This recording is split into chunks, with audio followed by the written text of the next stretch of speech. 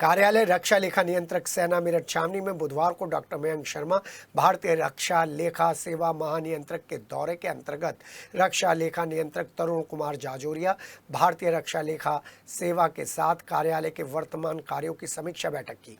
इस अवसर पर मंजू शर्मा पत्नी डॉक्टर मयंक शर्मा भारतीय रक्षा लेखा सेवा रक्षा लेखा महानियंत्रक द्वारा पालना और एक आधुनिक सभागार समन्वय सभागार का उद्घाटन किया गया। कार्यक्रम के अंतर्गत रक्षा लेखा महानियंत्रक द्वारा मीडिया कर्मियों द्वारा पूछे गए विभिन्न सवालों का उत्तर भी दिया गया। साथ ही रक्षा लेखा विभाग की उन्नत योजना स्पर्श और आगामी योजना संपूर्णा के बारे में भी बताया गया। इस अवसर पर मुकेश शर्मा, अजय कुमार श्रीवास्तव, आशीष सेठी और कार्यालय के सभी अधिकारी और कर्मचारी उपस्थित थे।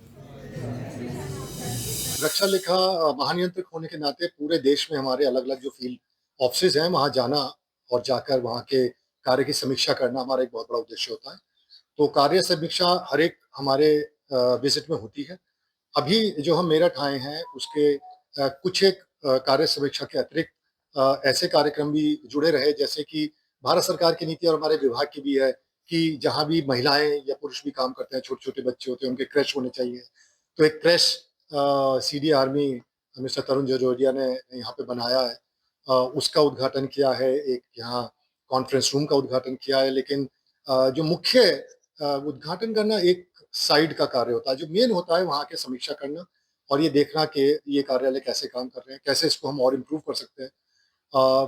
किस तरह से हमारे जो यहाँ पे कर्मचारी काम कर रहे हैं, अधिकारी काम कर रहे हैं, उनकी क्या समस्याएँ हैं, उनको सुनना और उनका निराकरण करना। तो समय-समय पर जो भी भारत के रक्षा लेखा महानियंत्रक होते हैं, वो अलग-अलग अपने स्थान पर जाकर, ऑन द स्पॉट जाकर, रियल टाइम बेसिस पे उन समस्याओं को समझते हैं और फिर उनका निराकरण करते हैं। ऑपरेशन सिंदूर मुख्यतः सेना द्वारा किया गया एक ऑपरेशन रहा है और हम लोग सेना के साथ बहुत नज़दीकी से जुड़े हुए हैं। तो हम लोग का एक बहुत महत्वपूर्ण कार्य होता है जिसे हम फाइनेंशियल एडवाइस कहते हैं।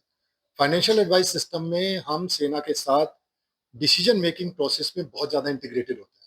उसका नाम ही इंटीग्रेटेड फाइनेंशियल एडवाइस सिस्टम है।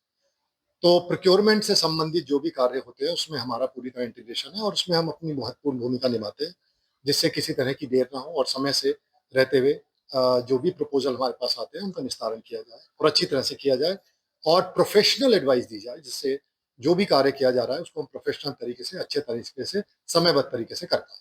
पूरे भारत सरकार में एक अनोखा ये विभाग है, जो 4-5 महत्वपूर्ण कार्य एक ही विभाग करता है।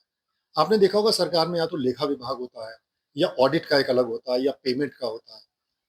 हमारा विभाग ऐसा है जो रक्षा बजट का जो लगभग 6.7 लाख करोड़ है। नाउ इतना बड़ा बजट है जो बहुत सारे राज्यों की जीडीपी से भी ज़्यादा है। इतने बड़े बजट का पूरा मैनेजमेंट करना, उसका कंट्रोल करना और उसको कैसे खर्च किया जाना है, व्यय करना, उसमें पूरा हमारा विभाग शामिल होता है। तो हम लोग अकाउंटिंग भी करते हैं, हम लोग पेमेंट भी करते हैं, हम लोग इंटरनल ऑडिटर भी हैं। यानी कि जो कार्य किया जा रहा है उसका इंटरनल ऑडिट करके एंश्योर करना कि जो भारत सरकार की नीति है उसके अनुसार ही कार्य हो रहा है। चौथा हमारा कार्य है फाइनेंशियल एडवाइस सिस्टम, जो बहुत वित्तीय सलाहकार होना एक बहुत ही इम्पोर्टेंट काम है, क्योंकि वित्तीय सलाहकार हमारे सेना के बहुत ऑपरेशनल लेवल तक हम लोगों ने पोस्ट किए हुए हैं। वो जहाँ उनके मैंने जैसे ही कहा कि decision making process particularly procurement से संबंधित जो होते हैं, उसमें हम लोग पूरी तरह इंटीग्रेटेड होते हैं। तो प्रोक्योरमेंट में क्यों लेना है, कहाँ से लेना है, कैसे लेना है, किस तरह उसको विधि को किया जाए, जिससे सरकार की द्वारा बनाई गई नीतियों और नियमों के अनुसार वो कार्य हो। बहुत कॉम्प्लेक्स है। डिफेंस प्रोक्योरमेंट सिस्टम सबसे कॉम्प्लेक्स सिस्टम है, इतना आसान नहीं है। क्योंकि हम टीवी, टेबल, सोफा नहीं खरीद रहे हैं। हम लोग वो चीज़ें खरीद रहे हैं जिनको समझना और उसके बारे में ज्ञान होना और गहराई से जाके उसको सही उचित मूल्य पे लेना, तो बहुत ही कॉम्प्लिकेटेड प्रोसेस है। उसमें हम लोग पूरे इन्वॉल्व होते हैं। और इसके अतिरिक्त जैसे कि अभी मैंने बताया कि लगभग 32 लाख पेंशन भोगियों को हम लोग पेंशन देते हैं, जो जनता से जुड़े हुए हैं।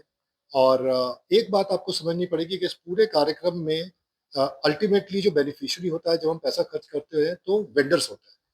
वो आम जनता के साथ जुड़े हुए लोग होते हैं। तो भारत सरकार की नीति है मेक इन इंडिया इस समय करना और एक हमारे पर बहुत ज़्यादा ज़ोर है कि आप पेपरलेस कार्य करिए, जल्दी से जल्दी भुगतान हो वेंडर्स का, बहुत ट्रांसपेरेंट पारदर्शिता के साथ किया जाए।